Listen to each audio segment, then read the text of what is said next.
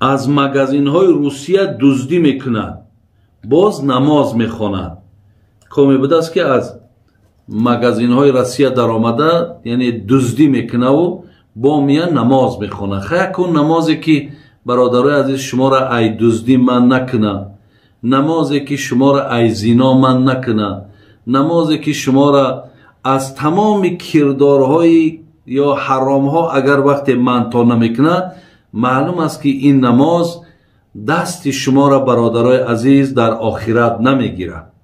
این نمازی که بگوی خانه قبرت را وسیع کنه یا ترا ای زمره آدمای نماز خان در روز قیامت معرفی کنن، این اون نماز نیست.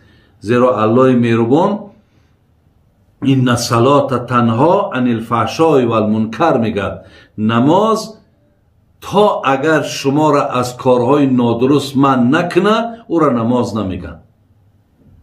برای همین برادرای عزیز این کار نکنین، شأن شرف مسلمان نریزانین، شأن شرف تاجیک نریزانین.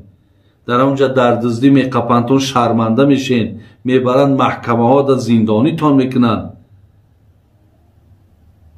برای همین نمازها تانم به فایده جان تا نیست.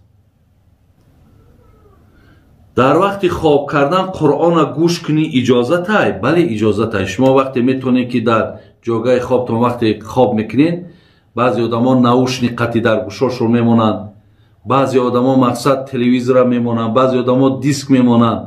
بگذار گفتن میگه تو خواب کن، هیچ چیز زیان نیست، انشالله و برای تو خیره، یک شفا ای قرآن. وای مقصد من پام دراز کردگیم، اینها انشاءالله جای گناهش نیست. این اگام بی حرمتی مثال به قرآن نیست. بعضی برادران میگن انا در خانه که قرآن باشد آیا خانه‌داری اجازت های یا اجازت نیست؟ اجازت های.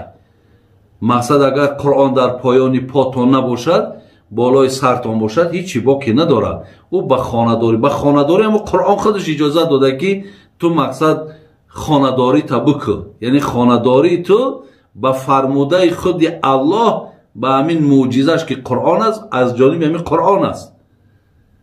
برای همین او خانه‌دار کردنی تو و مثال زن در کنار گرفتن و اینها یکان جای گناهش نیسته.